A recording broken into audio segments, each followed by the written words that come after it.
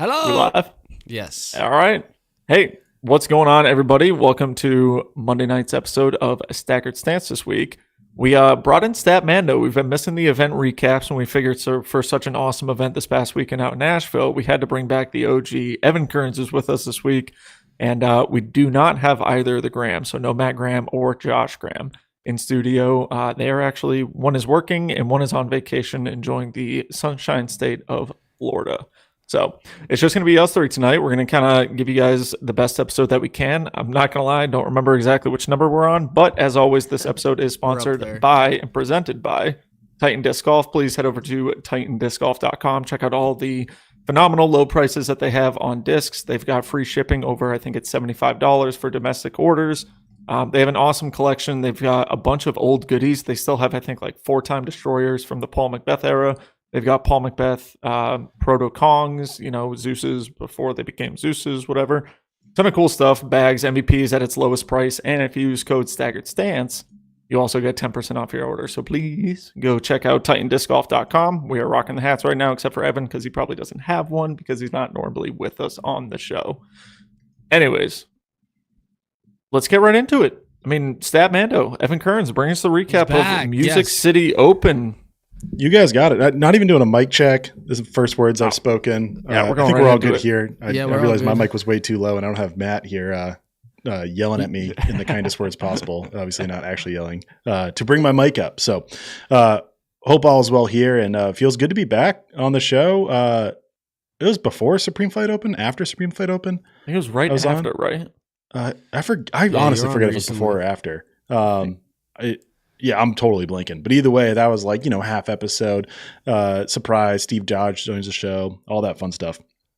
But feels good to like prepare an event recap and really be like in the season and like remember looking up stats and like things that like I haven't noticed until I'm like digging into it. I'm like, oh my goodness, like haven't been paying close enough attention, even though I've been still paying close attention. So to get right into it, we had the Music City Open, MVP Music City Open down in the Nashville area of Tennessee.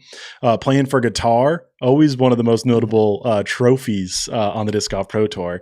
And this event, it was wet and rainy, and we've been feeling it up in the Northeast, but I know the kind of Midwest to, I don't know if Nashville's Midwest to like kind of starting to be the Southeast. I don't know what to call it, but they just got slammed by thunderstorms all week, like tornadoes and lightning and all that crazy stuff that you just don't want to experience while playing disc golf. And unfortunately, it did affect this event just in the slightest. The course was pretty soggy all weekend. Some delays. Round 2 for MPO got called halfway through, and they finished up round 2 on Sunday and then played another 18 to finish it up. We had a cut at this event after 2 rounds for both MPO and FPO. And then also, most notably, this event was going to be the first match play bracket.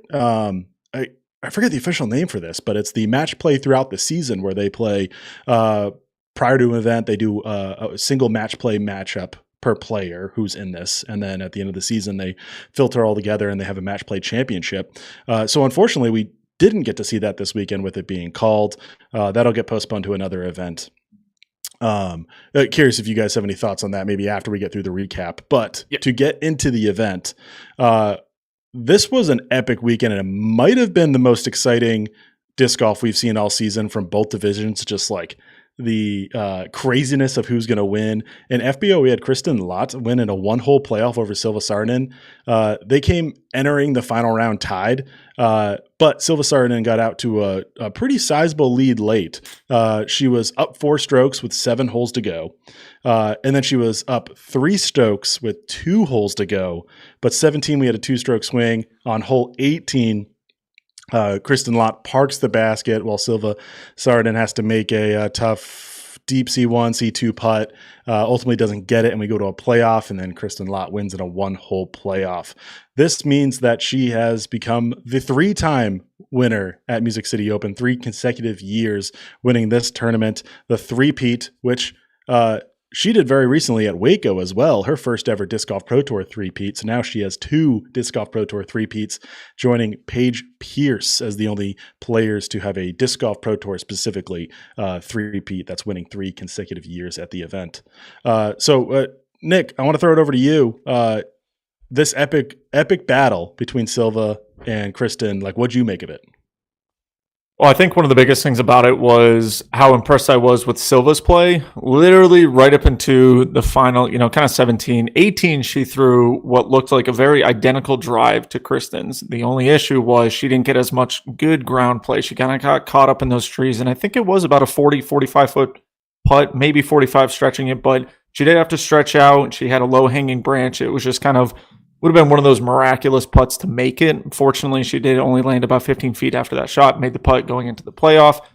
Dead center putt, even from 15 feet, it was a dead center putt to force the playoff. Kristen was parked for birdie, so it was definitely great. But I think how impressed I was with Silva's play, just all around phenomenal backhand, had some sneaky distance with it too. And then she definitely is, I think right now she's the number one putter in the FPO division. And but I will say this is something that we've talked about with Matt a lot, kind of Kristen's clutchness. We see a lot of times Kristen can really run away with a tournament, because she has such an all-around great game. But at this one, she really had to throw some clutch shots to force the playoff. 18 was an incredible drive. Really, really fun to watch. Absolutely parked it. Great ground play. 17, she hit the big 40-footer to, gain those 2 strokes just on 17 right there. And one of the things that they were talking about in that final round was, I think, to a certain point, I forget exactly what hole it was, but she was 0 for 4 in circle 2 putting. And then she had those like 35, 40-foot putts where she does that straddle, little one step. She keeps the left foot planted, made a couple of those. And then it was like, holy cow, she kind of, me and my buddy say from Virginia, she, instills fear into people when it's coming down the stretch. And I think that's one thing. It's really hard to maintain and keep that lead when you got Kristen Lott chasing you. So in the FPO division, all around great battle, really, really fun to watch. We also saw some really hot scores from Ella Hansen, Holland Hanley, the last 2 rounds.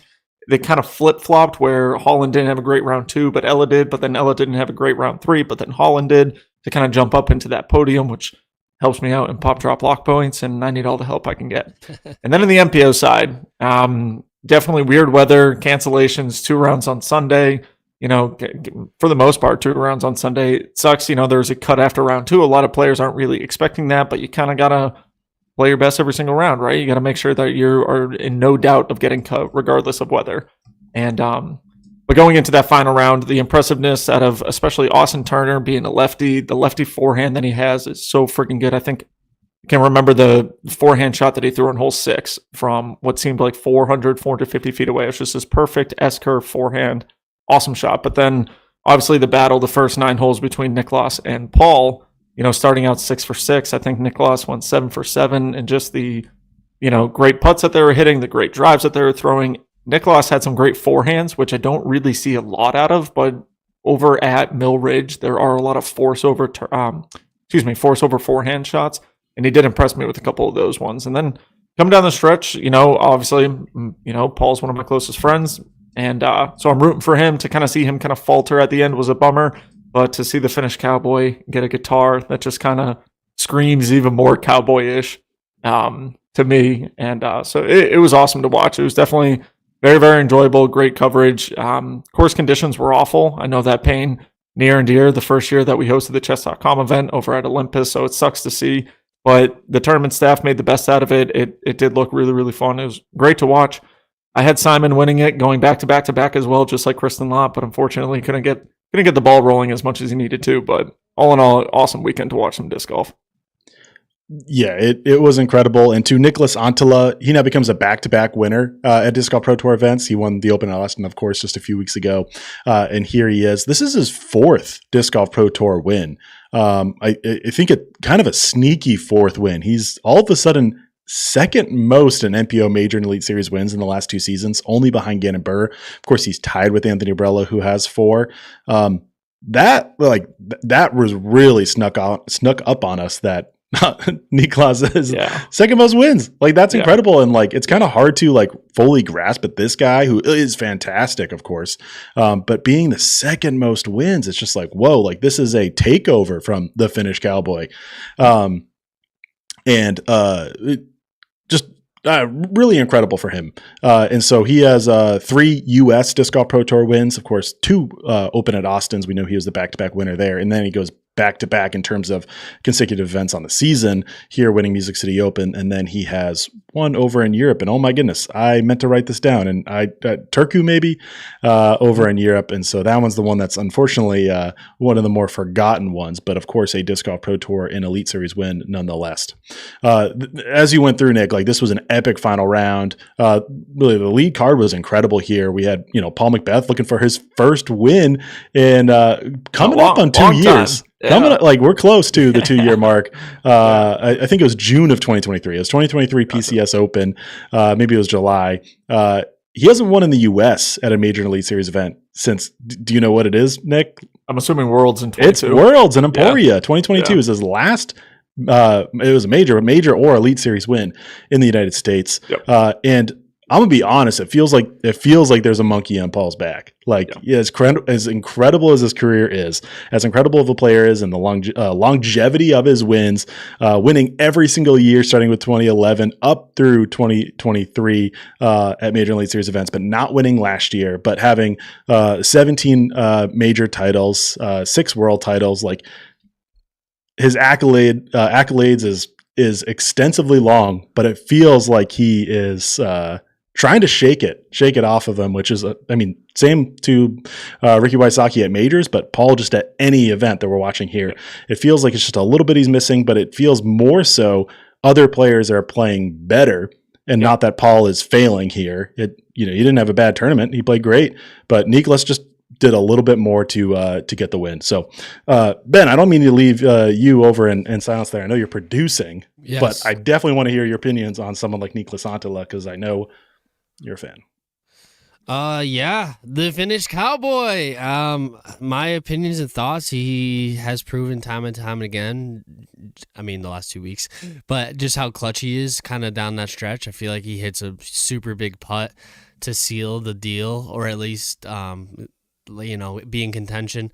His past 2 wins, which has been just super awesome to see. It was really great to see his forehand too kind of start to shine. He's really starting to dial that in, and we interview him. It'll be a little later during this episode, but it's pre-recorded. But during the interview, he talks about how he's recently been developing that forehand and why it's been working for him. But yeah, super excited that he won. I don't think anyone thought he was going to win until he hit that big putt that was like, oh my goodness, out of left field, Niklas Anttila, here we go. Because we had Paul McBeth, Austin Turner, they were all playing hot, and even Gannon was scorching the field at that point. So it was kind of a toss-up. But once he nailed that putt, it was like, okay, Niklas probably has an 80% chance to win right now. And then I want to go down the leaderboard, and there's one name. We talked about Paul for a while. Sure, like talking about Paul Krams, but not yet. Austin Turner gets a tie for second place, which Gannon Burr also came storming up the leaderboard for a tie for second as well. Mm-hmm. But Austin Turner gets a tie for second. That's his best Major Elite Series finish in MPO of his career. He only has 2 previous top 5s. The Open at Austin actually in 2023, and then the 2017 Hall of Fame Classic. Wow. Austin Turner has been around for a while. This is his first Disc Golf Pro Tour lead card appearance. He has had a number of feature card appearances, and then that 2017 Hall of Fame Classic, he had a lead card appearance. He's been around the block for a while. Feels like that kind of player you always hear of, but is yet to really push for a win on the Pro Tour.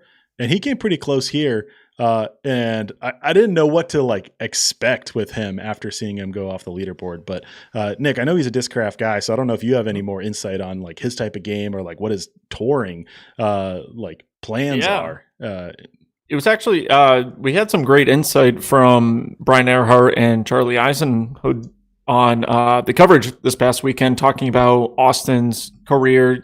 Really kicking off in 2017. He had a promotion onto the elite team back then.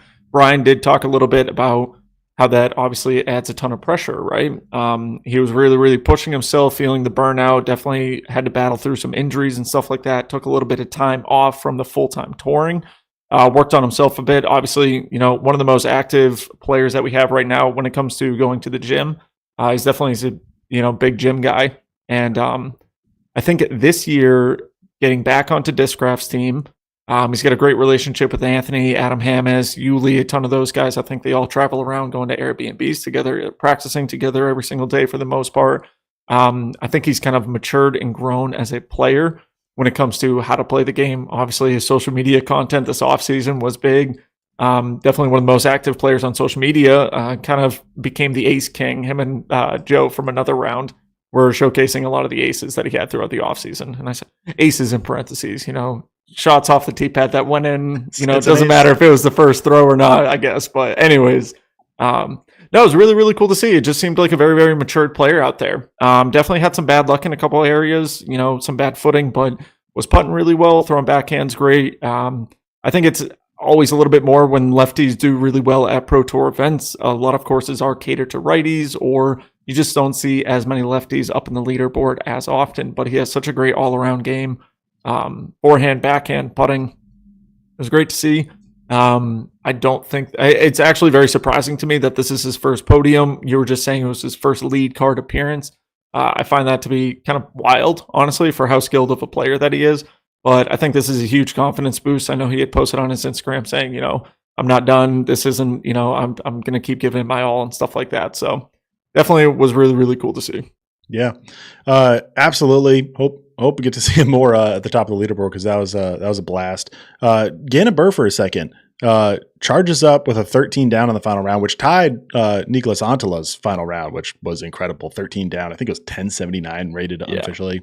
Gannon Buhr winless in 2025, but I don't want to say he's having a bad season by any means. He's dealing with some things. He was having some back issues to start the year, and now he was wearing a knee brace, and he just said something about an LCL sprain. Or his LCL, or sprained his LCL, something like that.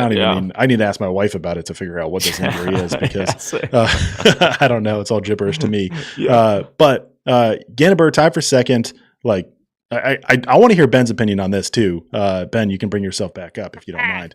Because I'm bringing up Gannon Buhr. I want to hear your thoughts about Gannon Buhr, all the injuries. I know you watch Gannon Buhr like a hawk for form wise, but give it to me, Ben. What do you think is going on with his injuries? Injuries, but also no wins in 2025. Oh, not a bad season, but no wins. I mean, I think he's in contention every single event. I mean, there might have been one event where he wasn't, but pretty sure he finished good the last at Open at Austin. I think that was the last one, right?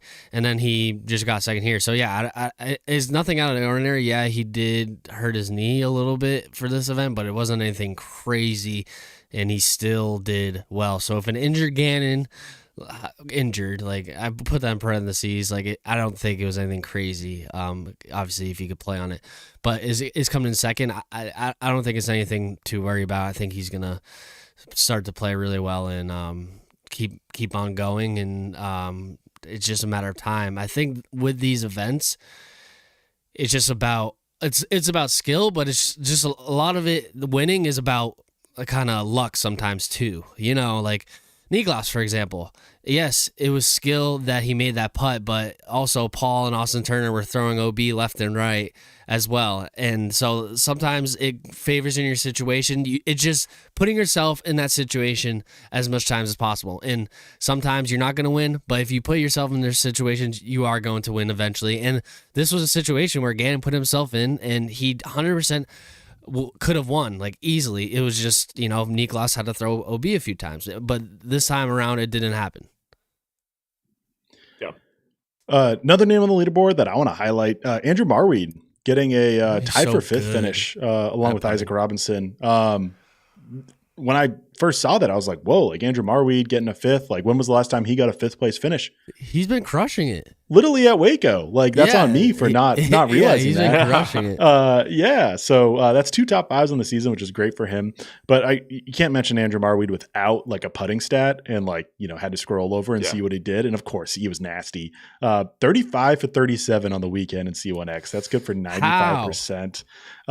He wasn't the best, but that's maybe to be argued by the number of rounds people got stats kept. Also, there was a cut, so if you're only 2 rounds of putting, So out of any player with over 30 putts, he was the best C1X putter on the weekend. And then if you also look at strokes gained putting, which, the more putts you make, the better that number is going to go up because it's more of an aggregate stat rather than like a percentage based. He was leading in that with 5.55 strokes gained in C1X putting, which was the best in the tournament this weekend. So great to see Andrew Marweed putting. Saw some of those, C2 putts, like he's nasty. So great to see that. Any other thoughts on the top 5, top 10 in MPO before I gotta cover more of this playoff in FPO? Yeah, one thought.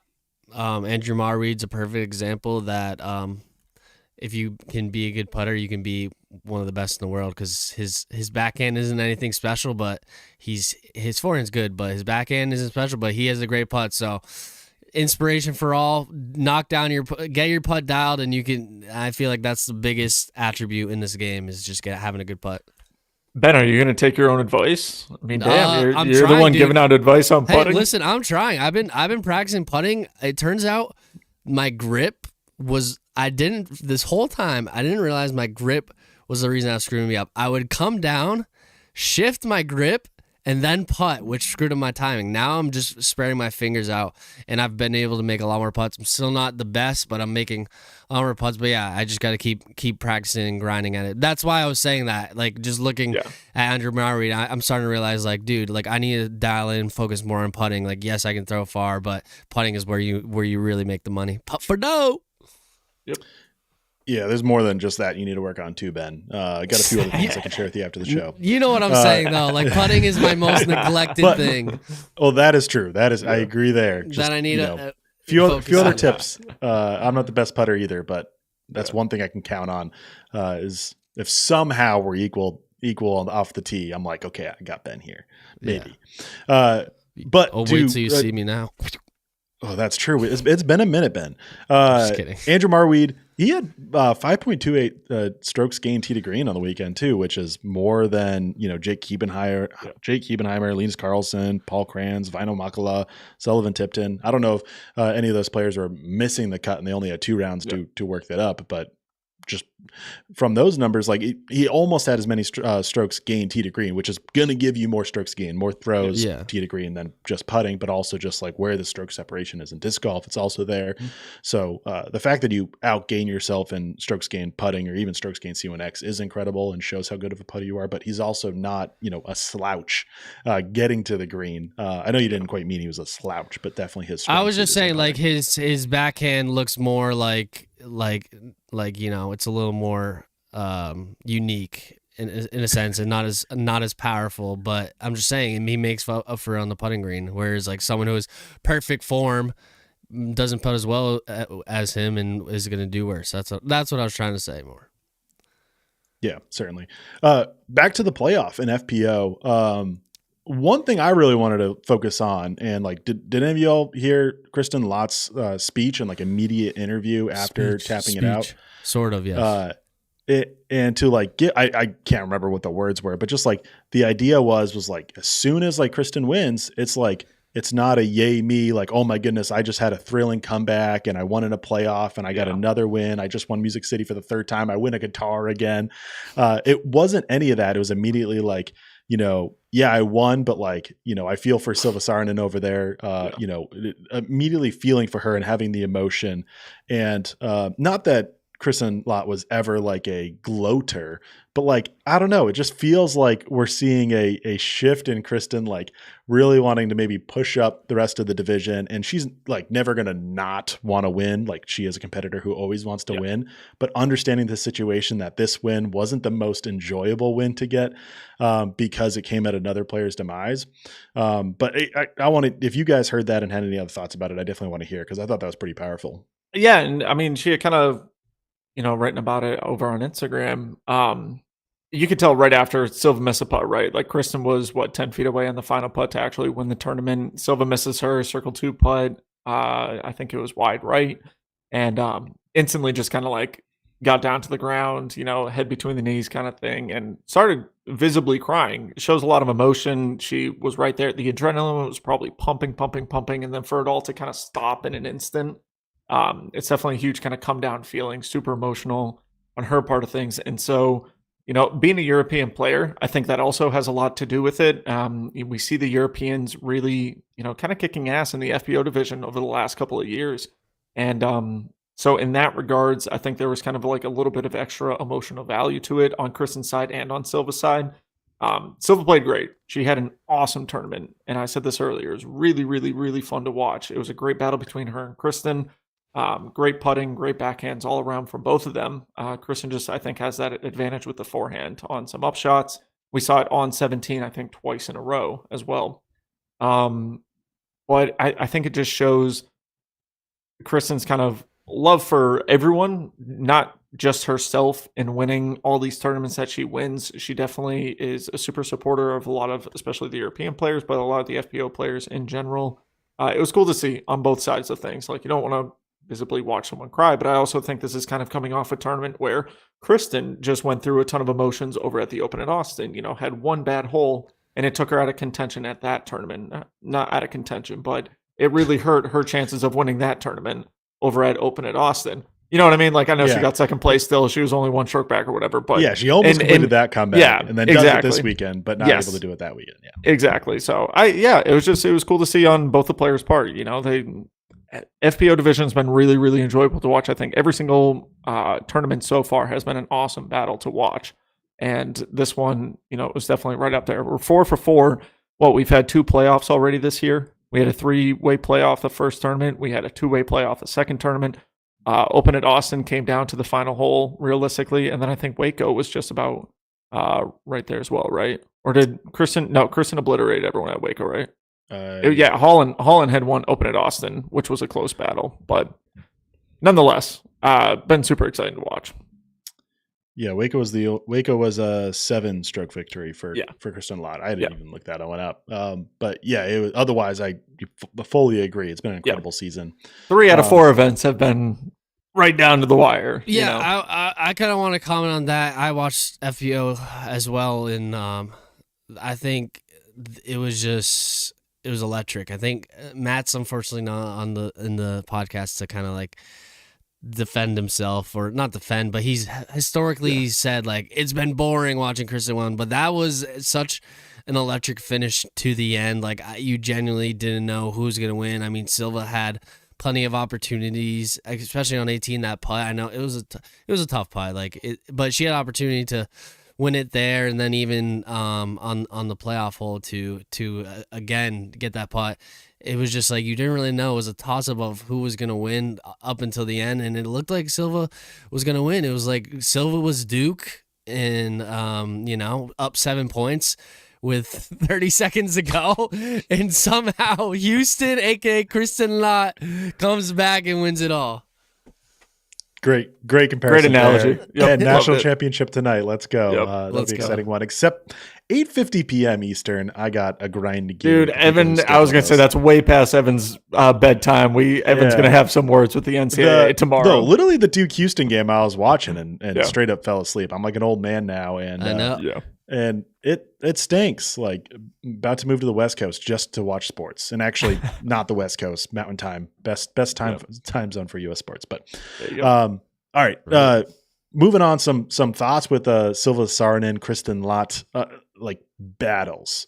We saw the playoff loss for Silva Saarinen at the Green Mountain Championship last year. That felt semi-similar.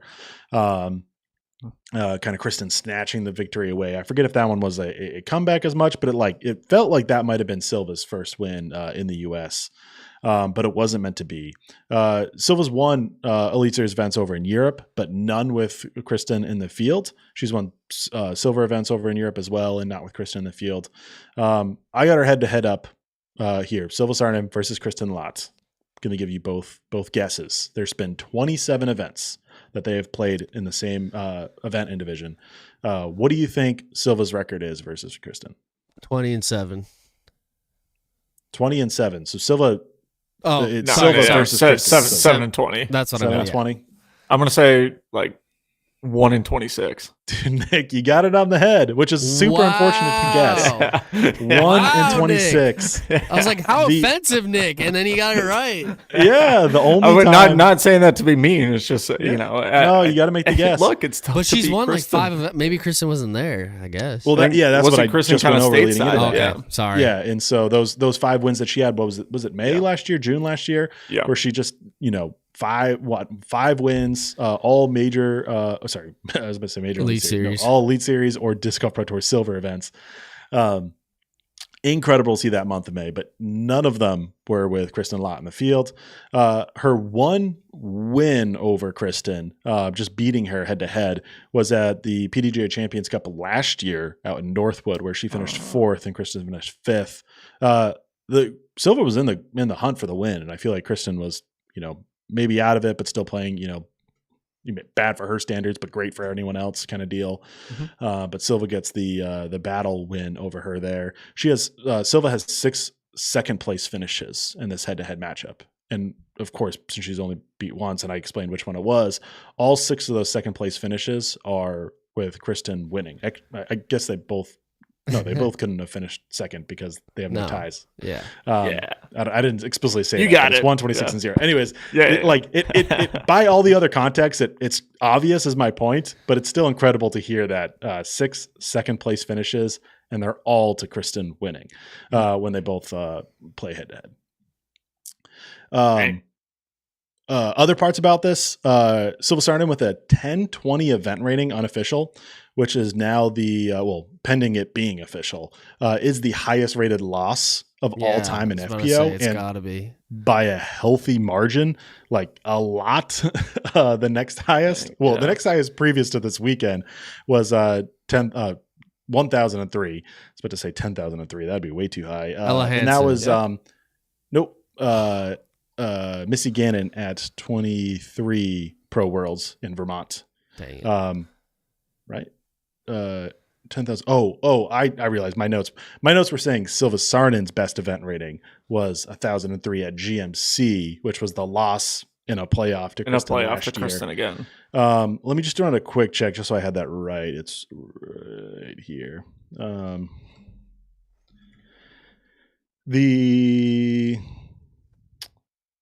Oh, no, it wasn't Missy Gannon at Worlds. It's actually, or no, it is. Sorry, I realize now. Missy Gannon, it's rounded to 1,004 at PDGA Pro Worlds in 2023. But the point of all this is now Holland Hanley finished in 3rd place, 6 strokes back, but had a 1,006 event rating as of now unofficial, which would make that the 2nd highest event rating in FPO in a loss. Yeah. Behind Silva Sarnin at the same event. So that's incredible. A lot of high ratings. This is what we want to see. This is what we've been talking about. We like the FPO field last year. Kristen chewed the FPO field and spit them out, and I think a lot of them had kind of like a bad taste in their mouth. Like, no, like I'm better than this. I'm going to compete. And I think all what is it? The phrase "all tides rise boats" or whatever. And a rising tide lifts all boats. I think that's what happened. That's a little bit better than Benton's. Kristen's setting the threshold, and people are realizing like, oh, like we can get to this level. We can be this elite, and it's really exciting to see the FPO field is starting to match that intensity, and it's getting harder to win for Kristen. You can tell. I mean, you can just tell. It's not as much of a cakewalk anymore.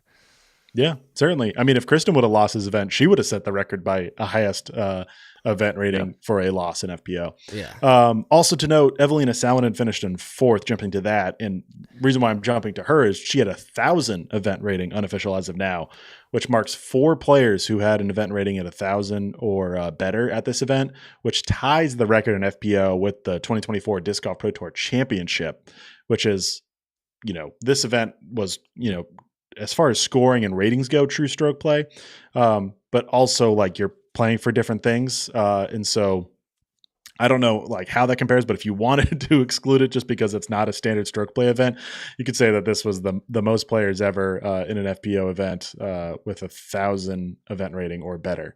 from a standard stroke play event, which is really incredible and goes to the point that you made, Ben. Yeah.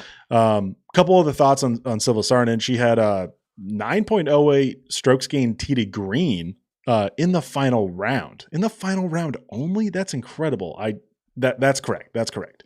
But like as I said it, I was like, oh no, like, do I got to look it up because it's that good.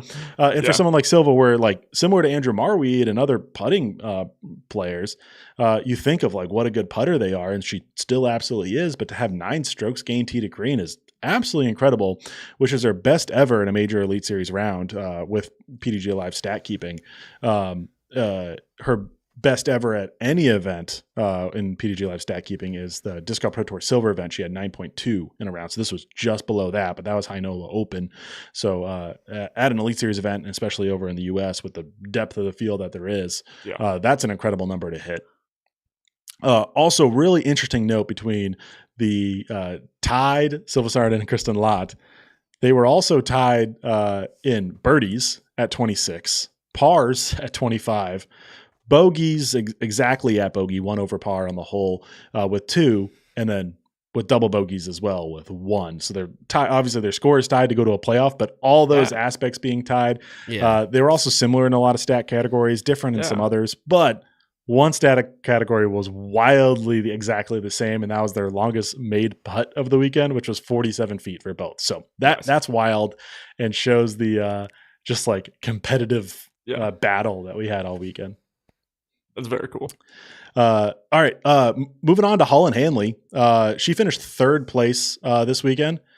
Did you know that's her worst finish on the season? Yes. On the season so far. Second. How crazy is that? Like Yeah. That's nuts. Like that, like Holland Hanley's now entering like that's a Kristen Lott stat. That's a Paul Macbeth stat. Like that is a, like, oh my goodness. Like that doesn't feel right. Of course it's only through 4 events, but like, she's playing absolutely incredible. 2-1-3. We all knew. 2-1-3. It's insane. Yeah, it feels like that's not going to let up this season.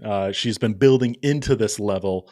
And, you know, I don't think anyone predicted her to win every event this year, but like, I think a lot of people predicted her to maybe finish first in Pro Tour points, but to have, you know, a lot of great finishes as she's having already this season. And then also one more name to mention on the leaderboard, Cadence Burge finishing 5th. I know there's been plenty of talks around her, rightfully so, but this is now her best FPO Major Elite Series finish of her career. It's her 3rd top 10 of the season, with Waco and Supreme Flight being exactly 10th. It's also her best event rating from any event in FPO in her career at 996, of course, unofficially until ratings update day. But the interesting caveat with that stat is she actually has 2 events, Flex Start, 1 round in MA1 and MA2 that were both 1,000 plus rated. So not technically her best event rating of all time, just a best event rating in FPO. I always find it fascinating playing different divisions, especially for like Flex Starts like that. Makes the stats fun for me to go through and have some caveats to it. So that does my leaderboard, but like there's way more that could cover. I don't know if you guys have any thoughts you wanted to get to. I mean, a lot of storylines with the event. One thing that we can say kind of on the New England side of things is 2 of our New England natives, Paul Kranz and Casey White, played absolutely incredible. White. What did I get that right? I said Casey White. He said Harry Cash. Oh, I thought this was going. I thought you were saying Harry too. What did Harry finish at? He cashed. Okay, so 37th. Yeah. So all of our New England guys played great this past weekend with horrible conditions, but Casey and Paul, notably, we did see them kind of in the leaderboard a lot. We actually saw Casey in a tie for first place for a little bit as cards were still being ready to tee off and stuff like that. But saw Casey a number of times making a big putt or a good throw on the coverage. Seems like kind of the back 9 fizzled out just a little bit for him, or he kind of slowed down, whatever. But great to see them. We're obviously rooting for them a little bit extra every single week as great buddies of ours. And we'll actually, I think, see them all for Team Challenge Finals just coming up next weekend. This upcoming weekend. It's at least Saturday. This upcoming weekend. And Ben, you get married on Friday, right? Friday, right before Team Challenge. You making it to Team Challenge afterwards? Of course. No. Oh, okay. Your team's not good enough? No, we're in the finals, but like I feel like I'd get divorced of E-Pool the day after. She didn't know the marriage right after. Like if I went to Team Challenge instead of I know all of us do, but I know you especially, Ben, love playing disc golf. I'm glad that is a boundary you're choosing not to cross, and that's a good thing to go, especially on day one of I do love this lovely marriage you're entering. Yes. Exactly. No real reason to kind of go down the leaderboard anymore. I know sometimes we do talk about players who had missed cash, but this was kind of an awkward event, cut after 2 rounds, a little bit more unexpected, right? Not having that final round to kind of make a push for potentially the cash line or whatever. There were some notable names down low who did miss the cut, but hey, it is what it is. 2-round event, or not 2-round event, excuse me. Weird cut after 2 rounds. So, anyways. I have a random storyline kind of to do with the event. There was I think this is the first time. There's a new on the ground reporter, Grant Zellner. I think this is probably his first time, and I might be a little biased. I just met Grant at USDGC and worked with him, and he came to my expo. He flew all the way from Oklahoma just for the expo. But I think he did. I think he personally did a really good job. Yep. I really liked his analysis and his kind of like phrases that he was saying. It was just, I don't know. It made me. It was unique, but his analysis was awesome, and he went for example, a phrase where he's like, "I was already engraving the trophy" when he was talking about Silva, but it turns out like stuff like that. I was like, he had some cool sayings. So I think Grant did a great job. I just wanted to put that out there I don't know what the consensus was. I haven't looked at Reddit or Facebook, but me personally, I think it was pretty awesome to see Grant out there giving his analysis, and I think he did a pretty good job. For first time. Yeah, agreed. For the record, that might have been his first time doing on-course, but he has been in the booth at least for silver events. Like I don't know if you knew that or not. I'm not trying to I knew that. I was talking on-course, like the analysis. Yeah, certainly. But Grant's, absolutely incredible. And I really enjoyed him on the ground. I liked it. Fantastic insight. Was really fun. I'm not saying like Perkins and Earhart are bad. I think they all are all 3 unique, and I think they all complement each other in a unique way. So I think it's going to be fun to see where the Pro Tour utilizes them in certain events. But yeah, I think Grant did a great job. And Brian in the booth was fantastic as well. Yeah, exactly. So, get to shift around the roles and thought it worked really well as well, Ben.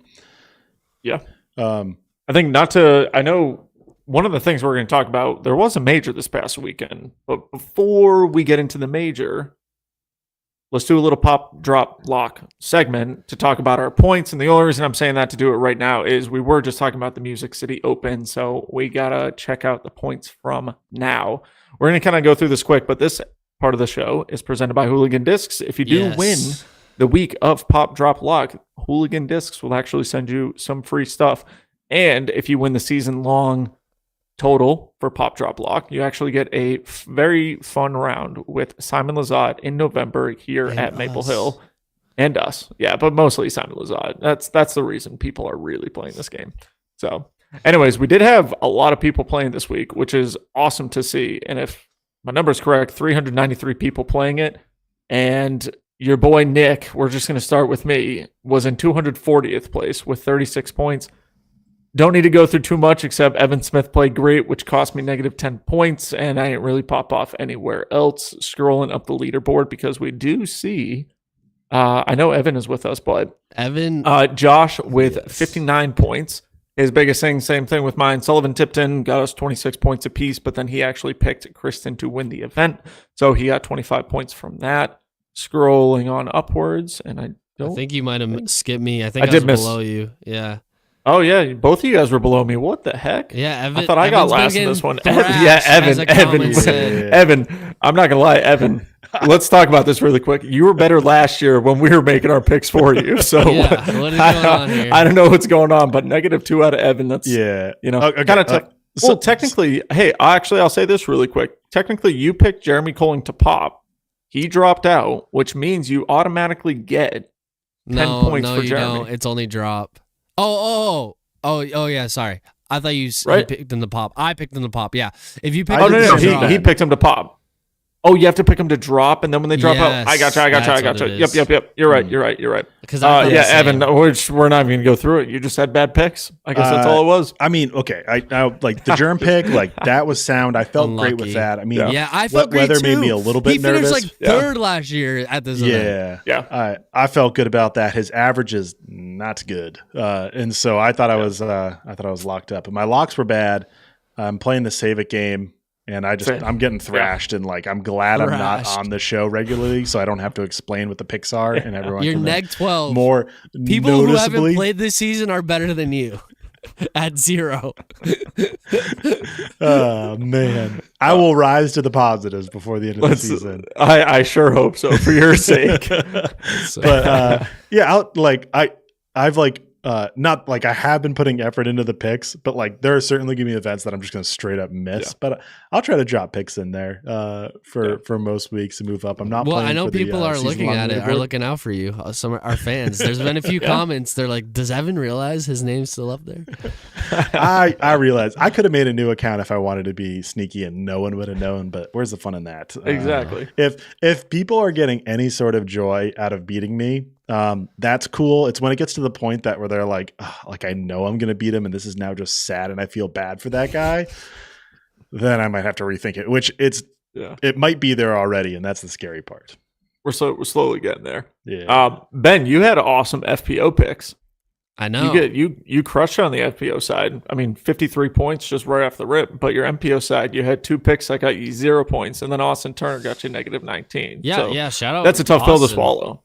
Yeah, Austin played great. Playing great. It would have been an awesome pop pick, I'm sure. I'm pretty sure he finished 50th at this event. That's normally why I do it. I just look at last event from last year. Yeah. So I was like, okay, he's highly, but yeah, shout out him for popping off. And then looking at Josh, we quickly went through, not too much to talk about that, but then Matt actually got 3rd place in this week. So he had 131 points total. He's killing it with the Yakub Semerad picks. I think one of the weeks he picked him to drop. He got 59 points. One of the weeks he picks him to pop. He got 43 points from it. He picked James Conrad to drop this week, which was 37 points. Honestly, if Simon had picked, if Matt had picked the winner, he would have actually won this week because the top 3 all picked Calvin Heimberg, Simon Lizotte, all got 0 points. If Matt had just made... technically, if he had picked Niklas, he would have won it this week. That would have been also crazy pick. Yeah, had great FPO picks as well. So all around 131 points. But shout out to Excellent Chicken 6590. You are the winner this week. We'll get in touch with you. Hooligan will get in touch with you. Shrek will get in touch with you. Someone's going to get in touch with you, and we're going to get you some free Hooligan swag. The next event that we are going to be doing this for is I think it was the 43rd. KC Wide Open. Yeah, the Grip EQ 43rd KC Wide Open presented by Under Par. That is going to be the next event that we do, the Pop Drop Lock game. Go ahead, sign up. It's absolutely free. It takes you literally 2 minutes. You go in, you pick a bunch of players to do some cool things. And then this this is very, very brief because I'm not super knowledgeable in all of it. This is free. There is now sports betting in disc golf. The Pro Tour had worked out a partnership with a sports betting app. You can actually bet on disc golf now. I have some friends who made $40 to $80 this past week making some good bets, which is pretty awesome. I don't know their number by heart, but if you have a gambling problem, please call the number, get help. Don't gamble what you don't have. That's one of the biggest things that anyone can say about it. Just don't gamble in general, it's pretty cool. Honestly. Yeah, it's pretty cool to see in the sport for the people who can handle it. It's pretty awesome to see in the sport. It definitely, we see it in every single other sport right now. Sports betting over the last, I would say, 3 to 5 years has become massive. So disc golf is finally partaking in it. And pretty crazy to see. But jumping over to a massive major that just happened this past weekend as well over in Rock Hill, South Carolina. Evan, I'm going to let you take this over as well. All right. Well, not going crazy in depth with this, but did want to at least highlight some of the winners in D1, and then a few fun things with it. To start off, they do things uniquely in this. They have single portions, they have team portions, they have divisions within it. You see that in college anyways, but D1, 2, 3. But to go with D1, in the men's singles, we had Jesse Longnecker out of Eastern Mennonite University. He took down the win in that specific event, which was very cool to see. They just played a looked like 18 holes and then had a cut to then play kind of a final 9 holes. I don't want to call it final 9 because then you think of like a lead card only playing the final 9 holes. But they had 22 people play the final 9 holes, which is incredible to see because they're playing Winthrop Lake, and some of them, they're getting birdies, they're getting some eagles, but they're getting a whole lot of bogeys because that course is difficult. But that was super cool to see. And then on the team side, in the women's, we had Liberty University with Cami Lazo and Grace Wilson, who won by 6 strokes over Emporia State. And then in D1 men's teams, we had the University of Cincinnati win. They're led, as far as rating goes, I don't know exactly how the team structure is, but Ilkin Groh, who's a 2-time AM major winner, or AM and junior major winner in 2022 U.S. AMs and 2022 Junior Worlds. And then they, as a team, beat Charlotte by 4 strokes. And I'm not super familiar with the whole history of this event, but I want to say Charlotte won last year. That was really incredible. I remember seeing some videos from that. I haven't gotten a chance to watch this one yet, but it is really incredible to see college disc golf really take shape and so much excitement there. If you look through the events, like the field is ginormous. There's so many players here. And then one aspect I'll throw to it that I always like is University of Colorado Boulder had a team this year. So congrats to those people for making the trip over, playing some good disc golf. Didn't finish super high on the leaderboard. I don't know what their expectations were going into that, but I will say I think it's awesome, and I hope they return next year. So that's my quick little spiel on college disc golf. Don't know if you guys were following the action, or if you guys have any thoughts about it, or had a team that you were trying to follow. I followed it actually. My good friend Jaden Rye came in second, I believe. So I was definitely following it. It's really cool to see what they're doing down there in Rock Hill. That's what I'm trying to say. Just to bring that many people in the logistics. Shout out. Shout out Chad and JP. That's all I know. I don't know exactly what their company's called. It might be just like the United. I think it's U.S. Disc Golf, correct? U.S. Disc Golf, yes. Thank you.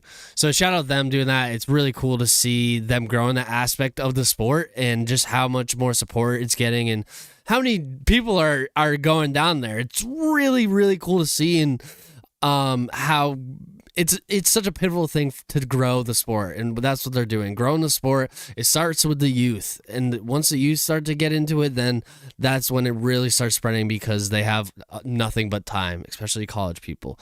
You can just go to class and play disc golf. So yeah, it's really awesome to see, and I've been definitely watching some of the Gatekeeper coverage. So shout out Gatekeeper too for putting that up there. Yeah, I mean, when I was living in Virginia, Liberty University was about a 15-minute drive, so I've gotten to know a lot of the Liberty people over throughout the years, so I was kind of rooting them on. And then Emporia State, when I was working at Olympus, we had hosted a college disc golf event and had a bunch of the schools out there. We had Zach Melton's team over from the Tennessee State, and then we had not Tennessee State, but Tennessee. And then the state of Tennessee. The state of, yes, the exactly. Bulls. somewhere. And somewhere then the Bulls, yeah, or Milligans, or whatever they call themselves. And then I met Eric McCabe at the event, and Emacs team had come out, and so was kind of rooting them on as well. They did great in the female division as well. So no, I didn't go to college, so I don't have any specific ties to anyone. But it's definitely cool to see. Crowning majors is pretty awesome. I was able to watch a decent amount of the highlights, just some Instagram videos that a lot of people have been posting. I've always kind of been hit or miss whether I love the USDGC course, Winthrop University, just because it's such an oddball of a disc golf event. But they did a lot of cool things with it, changing around some of the holes that are iconic in the pro division when we see the major at the end of the year. Was cool to see. Definitely shout out to all of them. Incredible experiences as a college athlete. It's great. Nice. And just to provide some clarity there in what I was guessing it was, University of Tennessee is the Volunteers, or shortened as Vols. Vols. I'm guessing Zach Melton doesn't coach for University of Tennessee. He coaches for Milligan University, which is in Tennessee. Yes. Okay, I was about to say, cool. If he was a coach at the University of Tennessee, that'd be the coolest thing ever.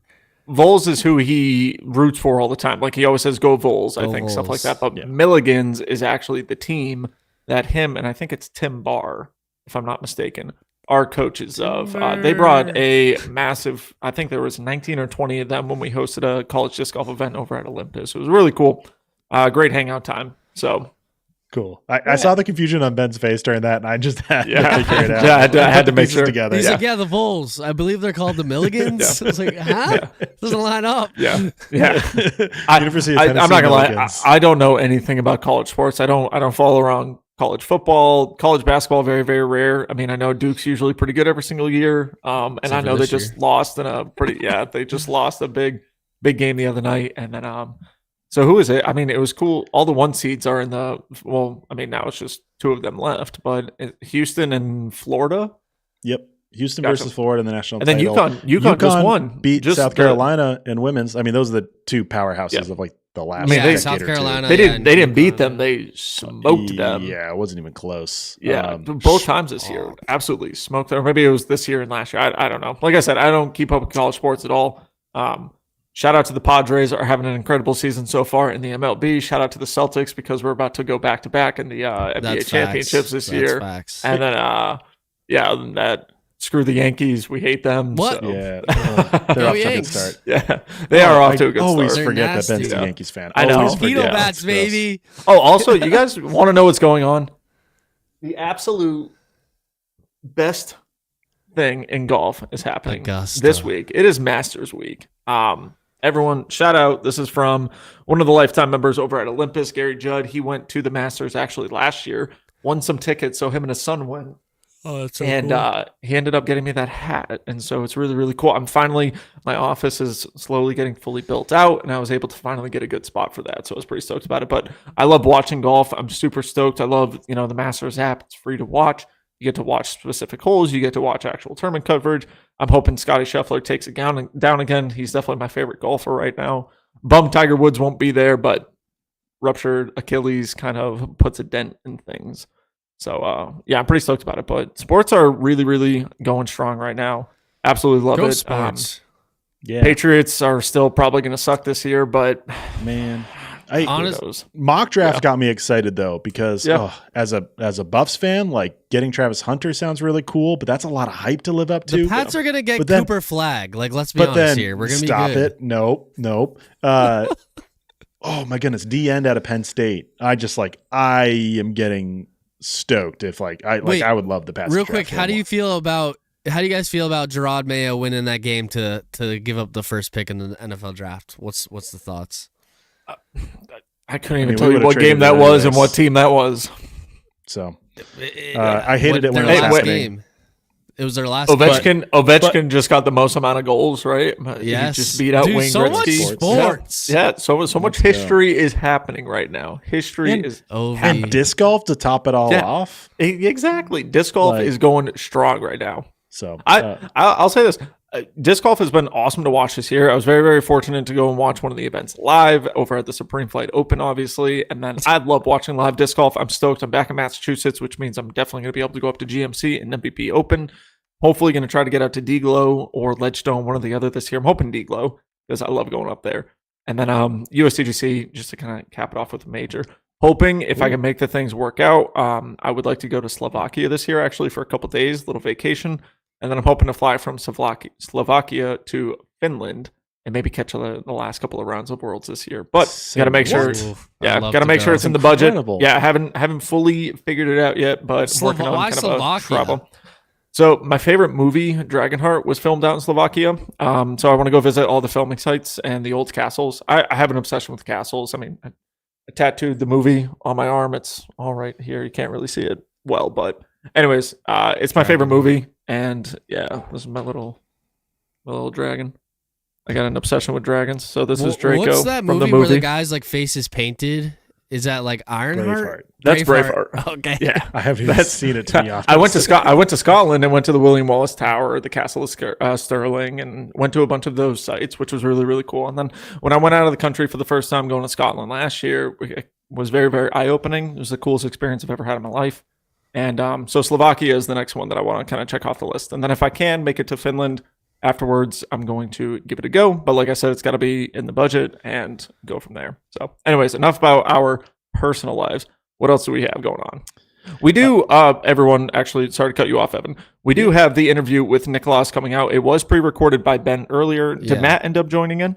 No, just me. So this is my first solo interview. This is Ben's solo interview. Yeah. We do have that. And this, from what I've heard, is the exclusive Niklas interview. We are going to roll this at the end of the show. I think we have a couple more topics that we're going to go through. And then we've got, Ben, what do you think? 20, 30-minute interview? 10, 20, I think it was like 24 minutes. So there we go. So, Evan, kick it off. All right. I got a game planned, new game. I'm very fearful it's going to be way too hard, but like I'm here to do it. You guys are pretty up to date on your disc golf. Yes. So I think it's worth trying. And I'm curious how it turns out. So here's how the game goes. I got a list of all the players who finished top 20 in the Disc Golf Pro Tour standings last year, but are currently outside of the top 20 in the Disc Golf Pro Tour standings this year through 4 events. So I already can start thinking who those people are. The game is you guys are going to go alternating and just name a player. Bet. I am thinking of the points MPO, on the right? fly. We're going to do both, but we're going to split it up into 2 unique ones just to kind of keep it a little bit segmented. And, because you said 20, I feel like 20 is the whole FPO field. Top 20. No, like they're no. So we're doing top 20 in FPO too. Yes. Okay. And I feel like that's what I was making sure. Yeah, there are notable people who are in the top 20 last year. I know the FPO field is more like 40, 50, but you know what I'm saying. Yeah. And so there's about 7 or so, 8. So I'll have to count up. But we'll alternate in between you. You'll just say a name. If you're incorrect, like let's just say it's -1 point. If you need a hint, it's -1 point. All right. Yeah, and then a few in my head. If you are stuck and you say you need a hint, I'm going to give you a letter, and every single letter I give you is a point until you guess, and then if you're wrong, it goes to the next person, and they have that hint to work off of. So, all right, let's give it a go. So we're alternating FPO, MPO. No, we're going to do all. Let's do all MPO first. Okay, and then we'll do all FPO, and we're going to alternate between Ben and Nick or Nick and Ben. I don't know who wants to go first, or if we want to have some sort of. Ben, you got it. You're getting married this week. You get to go first. Thank you. Nice. Probably the easiest So one. there's no official time limit on this, but like we do want to go quick. If you're feeling like you're stuck and you're just boring, especially the audio viewers, just say like hint or something, and I'll give you a letter. Okay. Yeah, right, this is gonna be fun. If you're in the car listening, play. Yeah, don't write anything in the chat. I'm gonna close the chat. Actually, I'm gonna go. No, actually, write in the chat. You write in the chat, and so you guys can converse amongst yourself. But I will close the chat. That makes more sense. I'm gonna go the easiest one so far. James Proctor. Correct. On to you, Nick. So we're just picking someone that is not in the top 10 or top 20. Yes, who was at the end of last year. Yeah. Oh gosh, that's tough. Joel Freeman. Not on the list. I think he was not in the top 20 last year. Gotcha. Gosh, this is actually kind of hard. And now we go back to Ben because we're alternating. Casey White. Casey White is not in this list. I don't think he's in the top 20. Yeah, he made the tour like championship, I believe. Dang it. That's what I got confused. I messed up. Okay, back to Nick. Dude, this is actually kind of tough on the fly like this. This is what I'm saying. I was worried it was going to be too hard. Give me a hint. I need a hint, actually. Okay. Already? Let's go J. First letter J. A. First letter of first name's first letter. Okay. The only one I can think of is Jeremy Colling, but he wasn't top 20 last year. Give me 10 seconds. I'm going to give you another hint because it's taking too long. Yeah, go for it. J-O. J-O. I don't know. Go to Ben. Matteo. No. Okay, this game is not going well to start, but we're going to keep through it. Isn't correct? No, he must I don't. Okay, it would have been smarter to pull up the top 20 from last year and top 20 from this year, and then kind of like figure out like if you're wrong because they weren't in the top 20 or if they still are in the top 20 this year. I think Matteo is still in the top 20. There's no way he's still in the top 20. I'm gonna pull up the standings just for. There's right no now. way. Dude, this is tough. Who else is J-O? J-O. Who is J-O? John? Do we have any Johns? Their first name starts J-O. Joey Tamale. yeah. No, I'm just And then here's the hint within the hint. What I got written down, the next letter is S. Josh? I don't know either. Why can't I do this? This is actually probably the hardest game Okay, we've ever I played. should- Why am we I should dying just- right now? We should just ditch the letters, and I should just like give my own hint. Give it. Who are they sponsored by? That's Joey a good, Buckets. You guys just there we go. Oh, Joseph Ben Anderson. Buckets. Yeah. Joey Buckets. Okay, and I Wow. need to figure out. Sorry how to eliminate the points all here. everyone. How many Yeah. people are there? Okay, let me count now. We are down to 5 names left. They're all names that you would like absolutely guess. Yeah. Like, there's Is not Matty O ones where you're still like, not a part of it? I pulled up. Matty O is currently 19th in Pro Tour points, and he was 12th at the end of last year. So he is still in the top 20. So It's Kyle Music City. Klein. Kyle Klein is 8th right now, so he is not on the list All either. right, my turn. Let's go with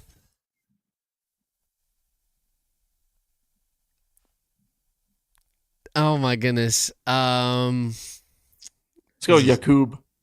Ooh, Nick, Did you you- are right. Wow. Okay, I was gonna say, It was like, Ben's- it was wasn't he Ben's kind of turn. killing it? I know. I feel like at this But- point, though, if we just keep doing it like that, we're just gonna be Yeah, like I slow. know. So just Dead spit, air is spit, always the spit worst. spit some names out. And we'll just throw Chris out Dickerson. some points. I'll go Chris Dickerson. No, that's Incorrect. wrong. Great Yeah. He is 14th right now. That's a good one. All right. Matt Bell.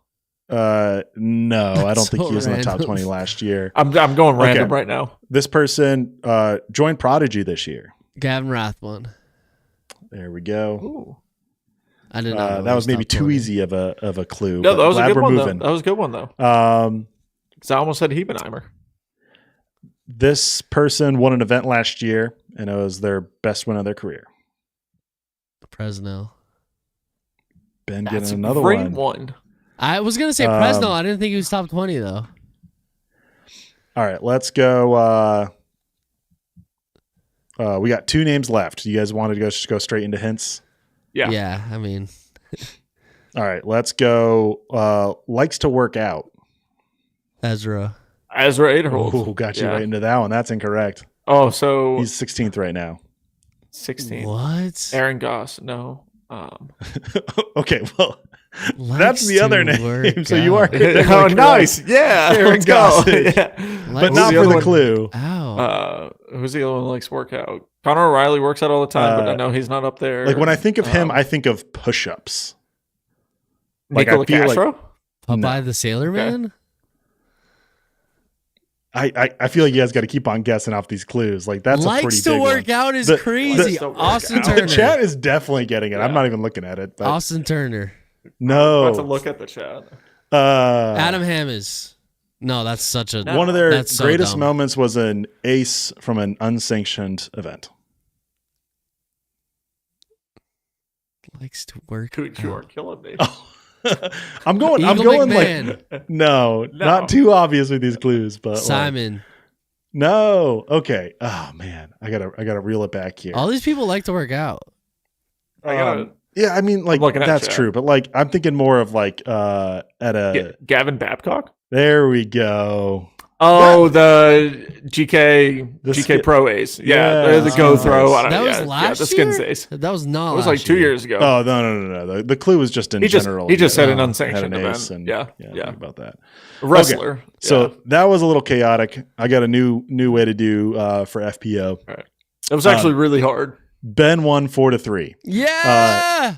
And the fun fact with those, like not trying to like highlight people who are having a slow start to the year, but like is an interesting topic. Yeah. All of them except for James Proctor have 4 starts on the year. I'm not sure if any of them have DNFs. So like if they didn't get points, but just based on purely starting, they all have 4, which is pretty incredible. And then James Proctor not even finishing an event this year, unfortunately, due to injury. So over to FPO, we have 7 that we're looking for. And I think this is my new way of doing it. I'm going to give you the player's name, and you guys are going to guess what place they're in this year for standings. You'll both think of it, Allie and then Smith. you'll both say it out loud, and then whoever's closest gets the point. I dig it. Sound good? That's a lot easier. Yep. You can come up with trying to pick names out of like thin air sometimes. Dude, I kind of like the old way though, like Paige Pierce. This one's definitely more difficult to come up okay. with the names, I think. Some of them you maybe could get to. But we'll start with Natalie Ryan, who just had one start this year playing MCO for the first time. She finished 8th last year. What place is she currently after one start? 25th. Think of it. 24th. She is 50th. One start, a little bit lower back. Yeah. So, Ben, you get that point. Good job. Ben's up 5-3. Now we're going to Anakin Sten, I didn't get that. who was 10th last year. What place is she this year? Oh, After dang. three I have a bunch of starts? cards. I need I'm her going to say stock to 21st. rise. 23rd. Excuse me. Dramatic pause. Ben gets it. She is 33rd. Okay. Woohoo! Ben's got both of the overs so far. Yeah. Which my intention was for you guys both to say it at the same time or think of it and then say it. Okay, we but can as do long that. as you weren't cheating, All right. Yeah. we're yeah. good We'll here. do it like that. Like, We'll do it like I don't that. want to Same get time. to like a Price is Right game. Yeah. Which could be interesting in its own right. Yeah. All right. Next, we got Haley King, who just made her first start of the season. She finished 12th last year. What place is she this year in the Pro Tour standings? All right. Ben, I got my answer.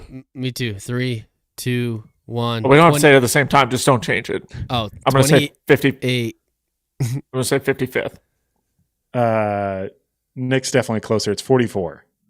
What? Oh, One she only start. played MCO. I keep Yeah, that's forgetting on you, this Ben. stat. Okay, counting it up, it's 6-4 in favor of Ben, and we have 4 left. Oh, So Nick, you got to make We a got a move. battle. Next, we got Heidi Lane, who finished 15th last year and has 3 starts.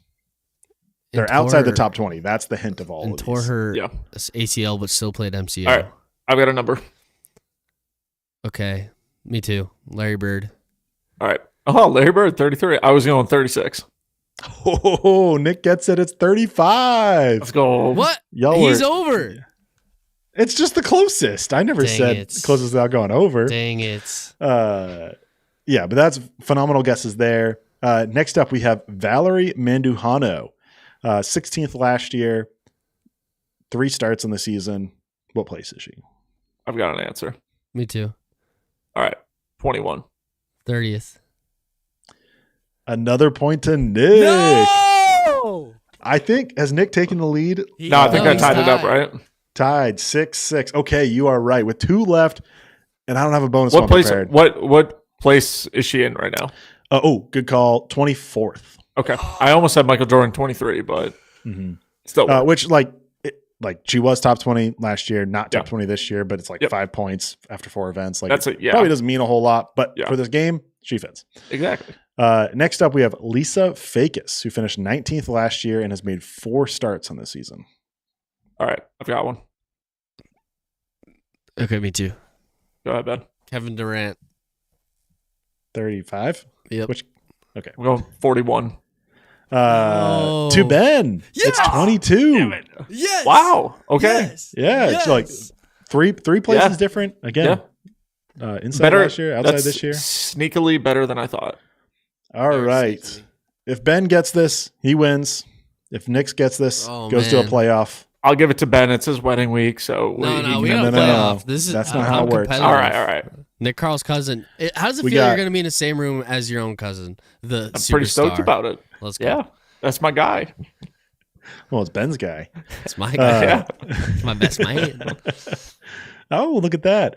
All right. We got Hannah Wynn, who finished exactly 20th, still in the top 20 last year, and has made 3 starts in the year. What place is she in? All right, I've got this one, and it's right on the button. Me too. 27. Oh, dang it. I said 25. Oh, it goes to Ben. No. Whoa. I misspoke. It goes to Nick. No. Yeah, let's go. That was an accident. No. That was an accident, and that was so mean. Oh, my goodness. Dang. Oh, my goodness. Playoff. What is she?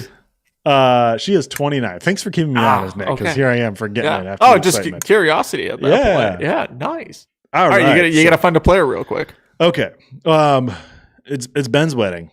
And if there's a player that goes with Ben, which makes it sound like a wedding, and that's not what I'm going for, it's Gannon Burr. Maybe you have different favorite players, but that's what I always think of is Gannon Burr. For what? Let's do. Ooh, I'm looking at Gannon Burr's stats here, and by rank, his worst stat is circle 2 putting. So the question is, this is like true like CTP now, which is the game I played last year, which is naming the stats, and then you would name a player, which was very difficult. This is going to be just what percentage C2 putting is Gannon Burr at on the season currently? Ooh, on the season, tied for 46th on the Pro Tour and MPO. What? He was like goated at putting last year. C2. That's been a struggle the first 4 events this year. Has been circle putting. 2 putting. Yep. His C1X putting, just for reference, is good. This doesn't give away, is 87.88%. Yeah. He's tied for 11th, which like, dude, I got a number. Me too. Okay, C2 putting, solid 19%. Dude, look, am I gonna lose? What'd you do, Ben? 15. Oh, y'all with little faith. No! He's at 23.81%. Tied for 46, like, that's not good. And like 23%. 23%, I feel like. That's actually not terrible. I mean, I think every C2? 1 out of 4.5, 4 points. Like, comeback. Well, was Gannon like 40% like a few years ago? Like something crazy, like 36%. Yeah. That has been, they said that in the commentary this past weekend, that one of his issues has been his putting hasn't been as consistent. Throwing the disc very, very well, just putting has not been as consistent as it was last year, which was a great way to get 9 wins last year out on the road. So, great game, Evan. Very fun. Glad you switched it up the way you did, because we were on a struggle bus at the beginning. Hopefully the chat and the post audio listeners will enjoy playing along. I like that thought. Like, truthfully, I've never actually seen the show, but you see like clips come up, and I think it's a super fun game. Is where like that picture goes up and you have to name what it is. Pictionary. And if you like, and you have a timer and it starts at like 30 seconds, and like it goes up, and every time you don't say it, the timer goes down. And if you get it wrong, it's like some sort of penalty. The cue where where they battle each other. I have no clue what the name even is. It's but the concept Lowe of the game still does not mean it's filmed in Ireland. That's still. Like, nothing you will say will make me be like, that's it. The floor is what it's called. It's got to be. Either way, I think that game's super fun and would love to play it. What would your category be? You get to pick your own category to start off with. What would it be? Oh, really? Oh, okay. Well, the one I saw was like college mascots, and like that's when I would wipe the floor with Nick on, apparently. That one would be super fun. And like every single one, I'm like, that's too easy. Like it literally is too easy. And they're struggling at it. And so it's frustrating, but that would be up there. I feel like there's other like random things that I could be good at. Like, I mean, any of us compared to anyone, it could be anything related to disc golf and we'd crush them. But like within like the disc golf sphere, like how that game could work out. And so like, that was a little bit of what I was going for. Of course, it was very different and like very much harder, more difficult is the game I threw together. But I like the idea at the core is my point to this is like, I like the idea. I think it just needs a better subject rather than like what it was, because that's like hard to think of the names. Yeah. Cool. Well, thank you, Evan, very much for that. I think we are at the point where we're actually going to throw this interview up. I want to first off say we're pretty much going to put the interview up, and then the show is going to end after the interview. We won't come back to talk about anything. The show is pretty much just going to fizzle out after the interview. But please stick around for an awesome interview with Ben and Niklas Anttila, back-to-back Pro Tour winner, Open in Austin and Music City Open. Really quick, just want to give a huge shout out to Evan Kearns with Statmando and the PDGA for jumping on the show again. It's been awesome having him kind of relive the co-hosting days of the show. Evan's been a part of it actually even before Ben, before Josh, everything like that. Evan was a part of the show. So awesome to have him back. And just want to say appreciate everyone jumping on tonight. Enjoy this awesome interview. Thank you to Titan Disc Golf and Hooligan Discs. But once again, enjoy this awesome interview hosted by Ben Kenny, intern Ben. Here it is. All right. We are here with Niklas Anttila, Niklas, thanks for joining Stagger Stance. How are you? I'm good. How are you? Good to be here. I'm doing well. So you promised us last week that next time you win, you will give us an exclusive interview. And I know Matt from our host was like, next time he wins, when is that gonna be? And lo and behold, it was the very next weekend. Were you expecting that to go back to back there? No, yeah, I promise that next time I'm going to win, I'm going to be here. And I'm going to be only here. So I will only do one podcast this time. Last time I did like three or four, I think, and I feel like it's nicer to do it like only one time because I'm only using the same answers on every question and stuff like that. So. Yeah. And I remember that when I texted you, it sounded very dumb and like arrogant that when I'm going to win next time. I didn't think it was going to be this soon, to be honest, but I will take this for sure. Hey, Here we no, are. I mean, it's perfect. I mean, you backed it up. Next time I win, you knew it. You knew you're gonna win, and it was right away. So what is it like going back to back, just in general? How do you feel?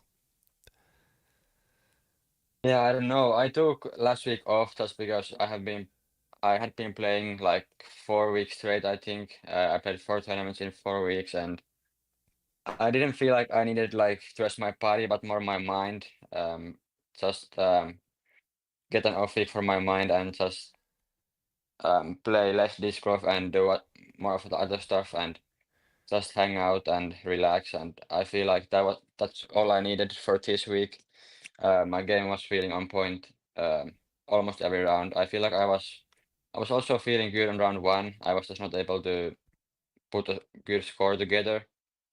Um, but yeah, and my putting was also on point this week.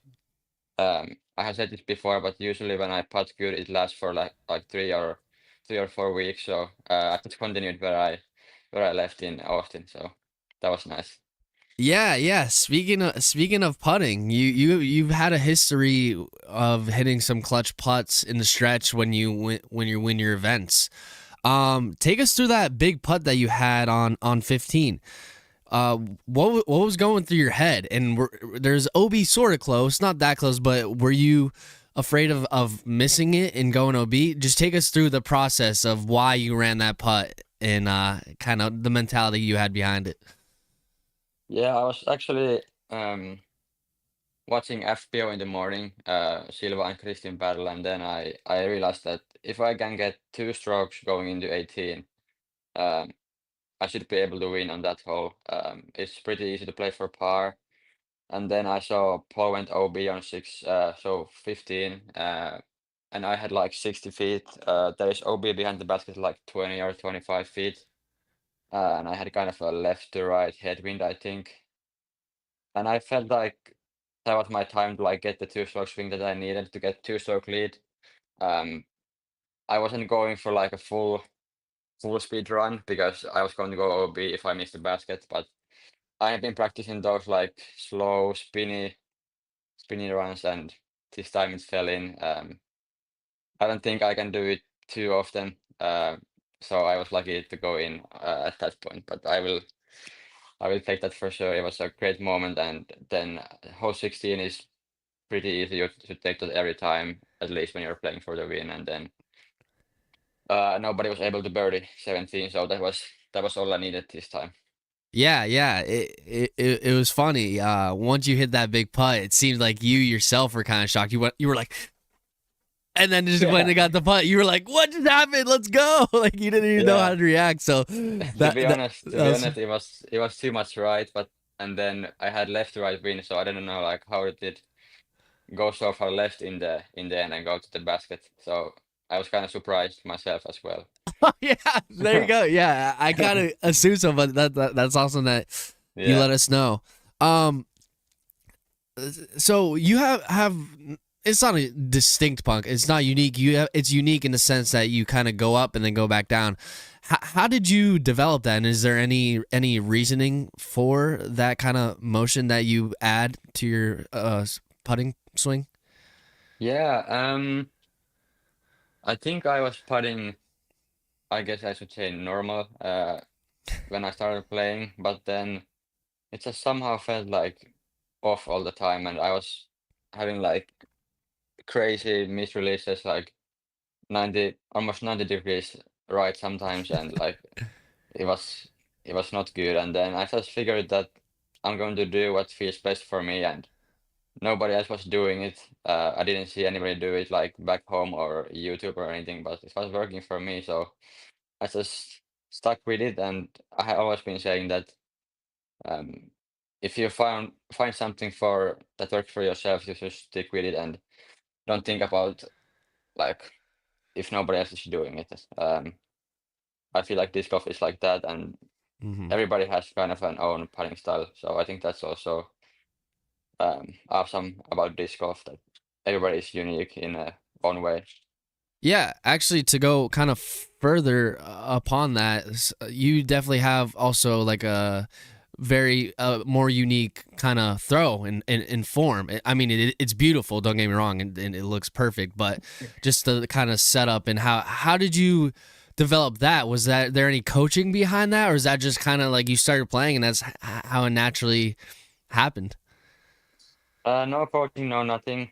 Um, in my mind, I was always throwing like Paul McBeth, and then I didn't take like videos of my throw in first like 1 or 2 years. I wasn't like Wow. really into learning techniques or anything. I was just playing disc golf because I liked it. And then when I saw the first video about my throw, it was not even close to Paul. It's kind of funny, but it's just same with my putting. Just works for me, and I don't think it's the best technique to like throw far or anything, but it's best for me to hit gaps and be accurate Yeah, and yeah, really yeah. stay under control. I know Gannon. I was talking to Gannon one time. He was like, yeah, like kind of like he was complimenting you how you kind of like follow through with the shot, and that's how you're so good at hitting the gaps. He was saying like Yeah. that's what you have to start doing. I think he was like talking to me. He's Yeah. always making fun of me, so Oh yeah, but I will he take did that the again, and thank motion, you. but he did compliment. He was like Niklas is really good at doing that, kind of falling through at the gap and Yeah, hitting it. I'm just accepting that I will never throw 600 feet, but I will hit the fairways. Yeah, That's my thing. in the past two events, I mean, it's shown that's all you need. Hmm. um, so speaking of kind of your throw, let's go to the other side of disc golf, which is forehand. Historically, you've Yes. been a backhand player, only using the forehand when needed, when you basically can't backhand. It was more of a utility. But it seemed at this event, it was the thing that sort of won you the event, and you were throwing it very well and parking holes and throwing it very far. Just take us through like what has that changed? Did you really develop and work on your forehand? Because I know Brian Earhart on the commentary was saying like he's probably been working on a lot, or was it just like felt good this week, or was this something you've been actively trying to do to get a better forehand? Yeah, I didn't throw forehands in first 1 or 2 years when I started playing disc golf, and then I slowly got into it. And then I think it was 2023, 2024 off season when I was really like putting more time on my forehand, and it really paid off. Last season, I feel like I was throwing it way further than in the previous years, and also more accurately. Um, and then after last season, I didn't throw forehands in like 2 months because of it's sometimes hurting a little bit on my elbow, and I want to give it some rest in the winter. And then I feel like this this season in Florida and Waco, my forehand was like my weakness.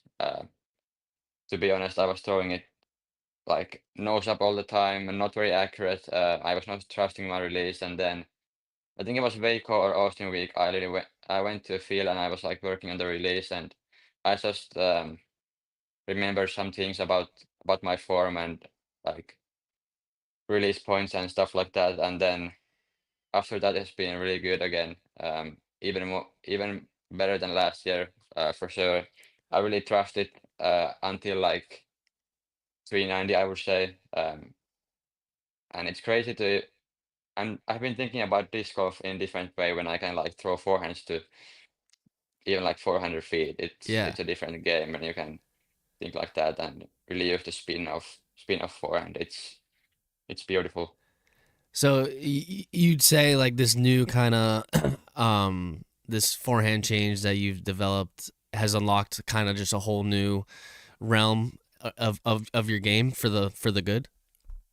Yeah, for sure. And then, for example, I think I have played Music Cities like 4 times now or 3 times. And the first time I came here, I was throwing almost only backhands, and they still have some of the same holes that they did in 2022. Um, and I was just thinking that what I have been doing here without my forehand, it must have been way more difficult. And I think in the last 6 holes, my game plan was to throw at least 7 forehands, and that's something I had never done before, I think. Yeah. Yeah, that's awesome. So I know Grant Zellner after you won kind of asked this question, but for our audience that hasn't heard that interview, at what point did you realize, oh, I could win this thing? Was it before the round where you're like, okay, I'm gonna win, or was it like at hole 15 where you're like, where you hit that big putt, like, oh, all of a sudden I'm most likely going to win? At what point did you realize like you're in contention to win or are going to win? I think I can win. It was maybe in the morning even, when I saw that I'm only 2 strokes off the lead after Mm-hmm. playing good in the morning. I went back and I birdied 4 of the first 4 holes, and then I had a par on 18. Um, and I think was at 13 down total at that point, and then I saw that there's many people at like 12 or 13, and then Austin and Paul at 15, and I knew that I have a chance at winning, being only 2 strokes back. And then I think when I realized that I'm going to win was at the bottom 15. At least Yeah. at that point, it was in my own hands, and I had everything I needed. So Yeah. Yeah, exactly. I think when I saw you drain that putt live, I think that was the point where everyone realized like Niklas, barring he shanks Obi like on the next few holes, like yeah, that was like is probably gonna win. it was mine to lose at that point. Just Yeah, don't be dumb. exactly. Yeah, exactly. Hmm. So you're flying back to Finland tonight. I'm assuming to go back to your family. Talk to us about just being away on tour for basically half of the year away from family. Is that hard on you, or is that just part of the job and you're used to it already? I'm more used to it for sure, but it's still not easy to me.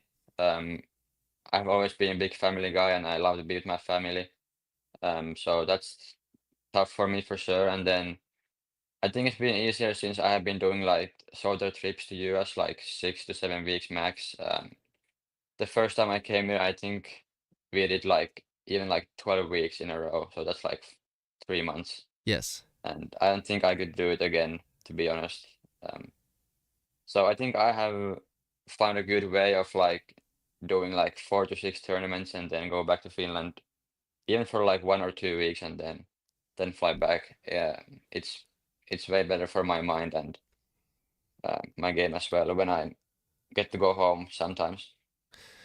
Yeah, it lets you reset. So Yeah. when do we expect you back? I'm guessing I know the Kansas City Wide Open is in 2 weeks. Are you coming back for that or just Champions Cup? I'm coming back to Champions Cup. That's gonna be in like 3 weeks, I think, and Yeah, May then 1st. Yep.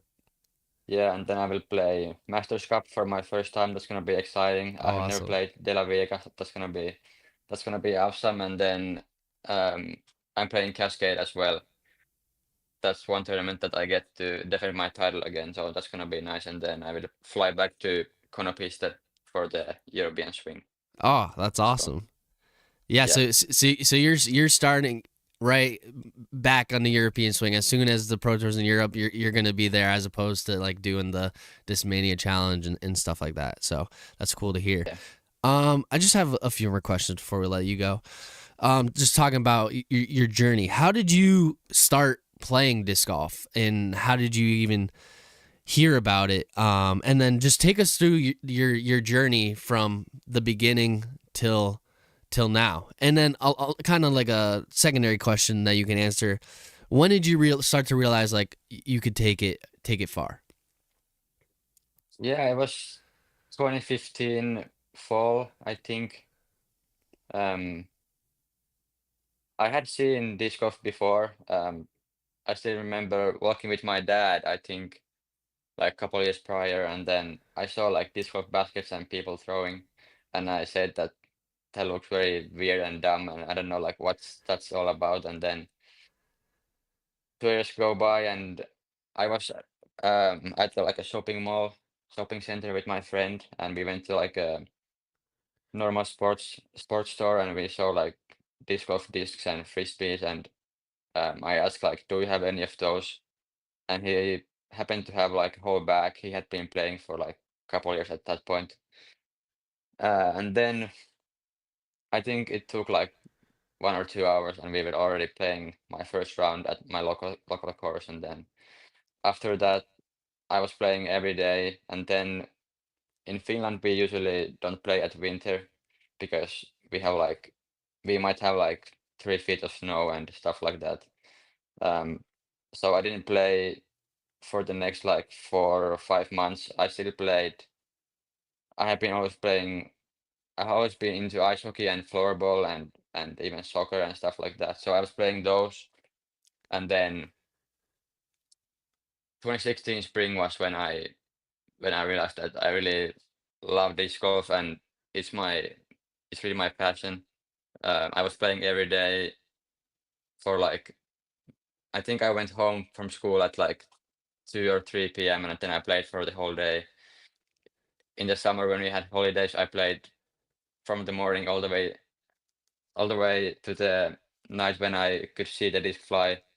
It was it was one of my like best summers for sure, just finding disc golf and playing it every day with my friends. And I think it's tough to say when I knew that I was going to be good at it, but I knew that I was winning junior tournaments like pretty fast in Finland, and then also some open tournaments. Um, but when I really knew that I was going to be good like international level, I think it was in 2021 when I won the European Championships. Um, I think I beat Simon that week and many good players in Europe, and I knew that I might have a chance to play against the best in the world if I really play good.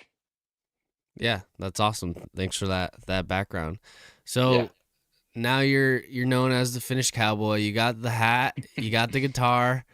You got hopefully there's a boots trophy in the future, but that's can all I we need.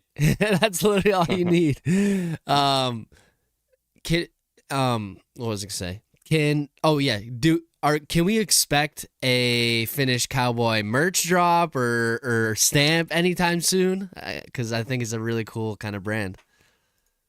Yeah, I actually saw the first stamp idea this week, so Oh, nice. I'm expecting it to be available pretty soon. Um, I don't know any about the dates or anything, but it's gonna be out there for sure, and maybe some merch as well. We'll see. I think it's a good brand, and I like the nickname, so I will give people what they want. Yeah, for sure. And maybe instead of the Nordic Phenoms, you change it to the Yes. Finnish Cowboys. The Finnish Yeah, Cowboys. that's a good idea. Speaking of your brand, real quick, I know you. I mean, we talked about this in Texas when we were hanging out, but you changed your logo. And tell us about that process. Why did you change your logo, and what? How did you decide on this new? Which, by the way, I think is super cool, way better than the other logo. But yeah, tell us about the process of why you wanted to change your logo and how you landed on this one specifically. Yeah, I think like every player or like most of the players they have their logo as their initials, and I feel like I wanted something different. I think I'm still going to use this old logo for like some discs or Mm-hmm.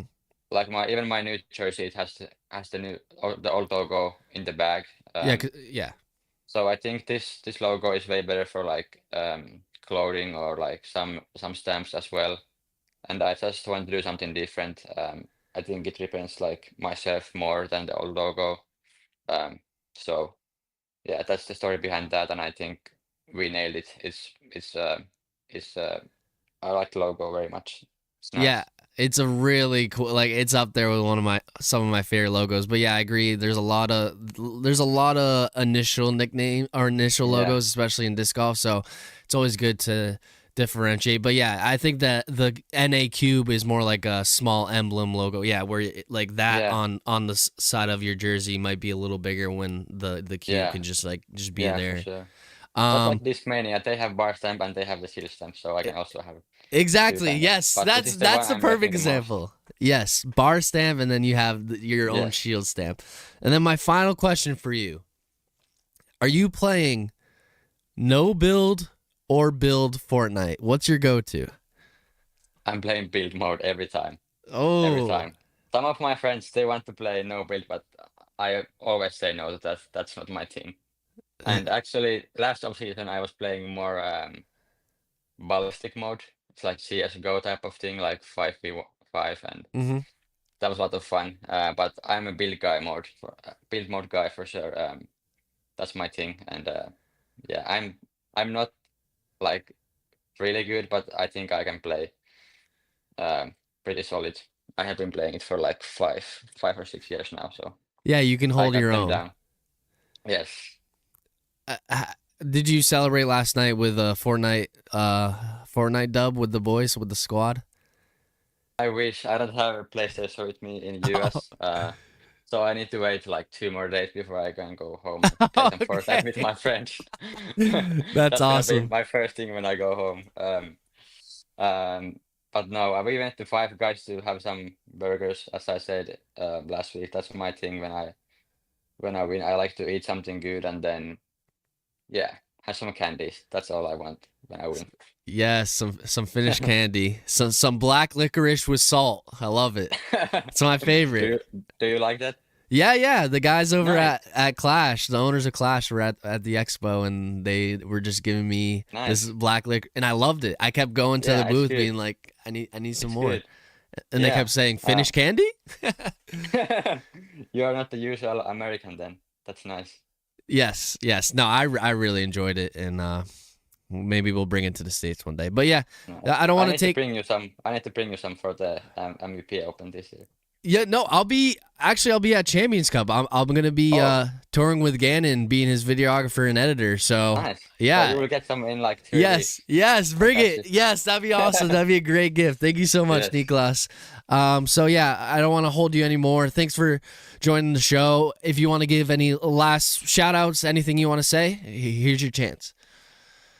Just thanks to you for letting me be here, and then thanks to my sponsors, Merrill and Discmania. I couldn't do this without them, so I'm really thankful, and yeah, I will be here again if I win. I won't say that next time I win, but if I win, I will be here.